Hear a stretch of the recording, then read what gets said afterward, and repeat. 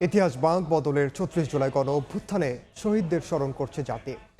অভ্যুত্থানের বর্ষপূর্তি উদযাপনে মানিক মিয়া অ্যাভিনিউয়ে চলছে বর্ণাঢ্য সাংস্কৃতিক অনুষ্ঠান। এই মুহূর্তে মানিক মিয়া অ্যাভিনিউয়ে আছেন সহকর্মী শাকির আহমেদ এবং আতাউর কাউসার। সরাসরি শুরুতে যাচ্ছি কাউসারের কাছে। অভ্যুত্থানের বর্ষপূর্তিতে অভূতপূর্ব সাড়া দেখা গেছে এই রাজধানীর মানিক মিয়া অ্যাভিনিউতে। আজ সকাল থেকেই মানিক মিয়া অ্যাভিনিউতে খণ্ড খণ্ড অন্তত শপাচেক মিছিল আমরা আসতে দেখেছি এবং ছাত্র জনতার যে একটি উৎফুল্ল উপস্থিতি তা আমরা আজ এখানে দেখেছি। আপনারা জানেন যে সকাল থেকে কিন্তু গুড়ি গুড়ি বৃষ্টি হচ্ছে, কখনো বৃষ্টির মাত্রা বেড়েছে, কখনো বৃষ্টি গুড়ি গুড়ি হয়েছে, কিন্তু আসলে কোনো বৃষ্টি বা কোনো কিছুই এই ছাত্র জনতাকে আপামর জনসাধারণকে আজ এখানে এই যে উদযাপন করতে যে আশা, সে আশায় কোনো ধরনের বাধা সৃষ্টি করতে পারেনি। বৃষ্টি মাথায় নিয়েই কেউ ছাতি নিয়ে, কেউ ছাতি ছাড়াই এসেছেন এখানে এবং আমরা দেখেছি যে পরিবার পরিজনকে নিয়েই এসেছেন, অনেকে ছোট শিশু তাকে নিয়েও এসেছেন, সেক্ষেত্রে বৃষ্টির পরোয়া তারা করেননি। সব মিলিয়ে একটি অভূতপূর্ব সাড়া আমরা দেখছি এখানে। গণ অভ্যুত্থানের বর্ষপূর্তিতে ঠিক যেমন একটি পুনর্মিলন হওয়া দরকার ছিল, সেই পুনর্মিলনটি আজ এখানে দেখা গেছে।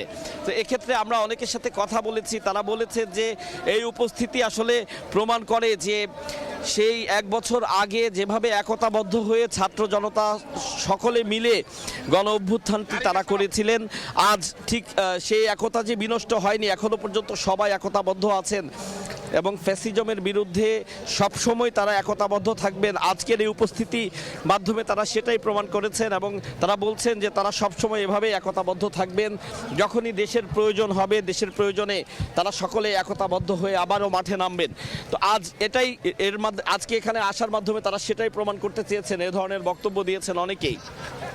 তো সকাল থেকেই আসলে এখানে যে মানুষজন যারা এসছেন তাদেরকে আনন্দ দেওয়ার জন্য এখানে কনসার্টের আয়োজন করা হয়েছে। কিছু সময় পর পরে গান আবৃত্তি নানান আয়োজন এখানে আছে। সে আয়োজনে আসলে মানুষজনকে মাতিয়ে রাখার একটি চেষ্টা চলছে এবং আমরা দেখেছি যে মানুষজন যথেষ্ট উপভোগও করছেন এই সব কিছুই।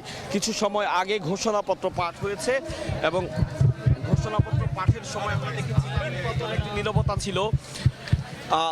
সবাই উৎফুল্ল হয়ে যেই ঘোষণাপত্রের জন্য অপেক্ষা করছিল, সেই ঘোষণাপত্র যখন পাঠ হয় তখন তারা ঘোষণাপত্রটি শুনেছেন এবং ঘোষণাপত্র পাঠ শেষ হওয়ার পরপরই মানুষজনের মধ্যে আমরা দেখেছি যথেষ্ট উৎফুল্লতা আছে। অর্থাৎ যতটুকু দেখা গেছে, যতটুকু বোঝা গেছে যে ঘোষণাপত্রটি আসলে সকলেই সাদরে তারা সেটি গ্রহণ করেছেন। তো জানেন এর পরবর্তী আজকে আসলে নানান আয়োজন ছিল। এর পরে সন্ধ্যার পরে যে সবচেয়ে বড় আয়োজনটি অপেক্ষমান রয়েছে সেটি হচ্ছে ড্রোন শো।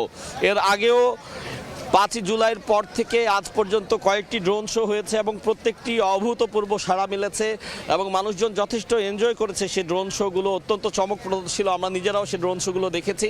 তো আজ সেই ড্রোন শোটি একটি অন্যতম বড় আকর্ষণ, যে ড্রোন শোটি দেখার জন্য মানুষ এখানে এসেছেন এবং অপেক্ষা করছেন। সব মিলিয়ে অত্যন্ত সুশৃঙ্খল একটি আয়োজন আমরা দেখছি, কোথাও কোনো বিশৃঙ্খলা কিছু আমরা দেখিনি এবং গত কদিন ধরে যে একটি আশঙ্কা বিরাজ করছিল যে কোনো ধরনের অস্থিতিশীল কোনো ঘটনা ঘটে কিনা, এখনো পর্যন্ত খুব সুন্দরভাবেই সুশৃঙ্খলভাবে কোনো ধরনের অস্থিতিশীল পরিস্থিতি ছাড়াই পুরো আয়োজনটি সম্পন্ন হয়েছে। এবং আজ যেমনটি বলছিলাম, এরপরে কনসার্টের আরও কিছু অংশ বাকি আছে এবং ড্রোন শো বাকি আছে। সব মিলিয়ে কর্তৃপক্ষ এবং আইন শৃঙ্খলা রক্ষাকারী বাহিনীও আমাদের জানিয়েছে যে পুরো আয়োজনটি যেন সুন্দরভাবে সম্পন্ন হয়, সে অনুযায়ী তারা কাজ করেছেন এবং আসলে বিশৃঙ্খল পরিস্থিতি সৃষ্টির কোনো আশঙ্কা নেই। তো এই যে আজকে এখানে যে আয়োজনটি চলছে, আমার বেশ কয়েকজন সহকর্মী বেশ কিছু পয়েন্টে দাঁড়িয়ে পুরো আয়োজনটি আমরা দর্শকদের সামনে তুলে ধরার চেষ্টা করছি। আমার আরও একজন সহকর্মী আছেন শাকির, চলে যেতে চাই তার কাছে, তিনি যেখানে আছেন সেখানকার পরিস্থিতি জানতে। জুলাই গণ অভ্যুত্থানের বর্ষপূর্তিতে রাজধানীর মানিক মিয়া অ্যাভিনিউয়ে সারাদিন ব্যাপী কনসার্ট সেটি হয়েছে। পাশাপাশি অন্তর্বর্তী সরকারের প্রধান উপদেষ্টা ডক্টর মোহাম্মদ ইউনূস জাতির উদ্দেশ্যে জুলাই ঘোষণাপত্র সেটি কিন্তু ইতোমধ্যেই পাঠ করেছেন। এরপর আমরা দেখতে পেয়েছি জনতার মধ্যে আসলে উচ্ছ্বাস এবং বাঁধ ভাঙা উচ্ছ্বাস নিয়ে তারা কিন্তু এই মানিক মিয়া অ্যাভিনিউ যেটি রয়েছে সেই মানিক মিয়া অ্যাভিনিউ তারা উপস্থিত হয়েছেন এবং তারা এই কনসার্টটি উপভোগ করছেন। এই কনসার্টে কিছুক্ষণ আগেই অন্তর্বর্তী সরকারের স্থানীয় সরকার উপদেষ্টা এবং বৈষম্য বিরোধী ছাত্র আন্দোলন চলাকালীন সময়ে সমন্বয়কের দায়িত্ব পালনকারী আসিফ মাহমুদ সজীব ভূঁইয়া কিন্তু বক্তব্য রেখেছেন। পাশাপাশি জাতীয় সংসদের দক্ষিণ প্লাজা থেকে ডক্টর মোহাম্মদ ইউনূস জুলাই ঘোষণাপত্র সেটি কিন্তু তিনি পাঠ করেছেন। তার সঙ্গে শীর্ষস্থানীয় রাজনৈতিক দলের নেতৃবৃন্দ, আমি যদি বলতে যাই, সেখানে বিএনপি মহাসচিব মির্জা ফখরুল ইসলাম আলমগীর, জামায়াতে ইসলামীর সেক্রেটারি জেনারেল অধ্যাপক মিয়া গোলাম পরোয়ার সহ দেশের শীর্ষস্থানীয় রাজনৈতিক দলের নেতৃবৃন্দ কিন্তু ছিলেন। এবং জাতির বহুল প্রত্যাশিত সেই জুলাই ঘোষণাপত্র কিন্তু ডক্টর মোহাম্মদ ইউনূস পাঠ করেছেন। এবং পরবর্তীতে কিন্তু যে কনসার্টটি মানিক মিয়া এভিনিউতে চলছিল সেটি কিন্তু এখনো চলছে এবং বিপুল সংখ্যক দর্শনার্থী জনসাধারণের সমাগমে কনসার্টটি কিন্তু এখন মুখরিত এবং কনসার্টের আশেপাশের পুরো এলাকাটি কিন্তু কানায় কানায় পরিপূর্ণ। আমি যদি বলতে চাই, এখানে দর্শক যারা অংশগ্রহণ করেছেন তাদের একটি বড় অংশই কিন্তু তরুণ।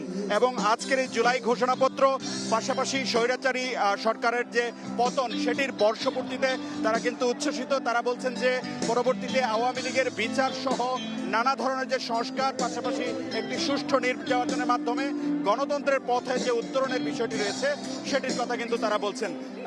পাশাপাশি তারা বলছেন দৃষ্টান্তমূলক বিচারের মাধ্যমে আওয়ামী লীগের যেন সেই জুলাই গণ অভ্যুত্থানের সময় যে তাদের হত্যাকাণ্ড সহ যে নানা অপরাধ 16 বছরে সেই বিচারটি যেন হয়। তো এই ছিল আমার কাছে রাজধানীর মানিক মিয়া এভিনিউতে জুলাই গণ অভ্যুত্থানের বর্ষপূর্তিতে কনসার্ট এবং জুলাই ঘোষণাপত্র পাঠের যে সর্বশেষ খবরাখবর।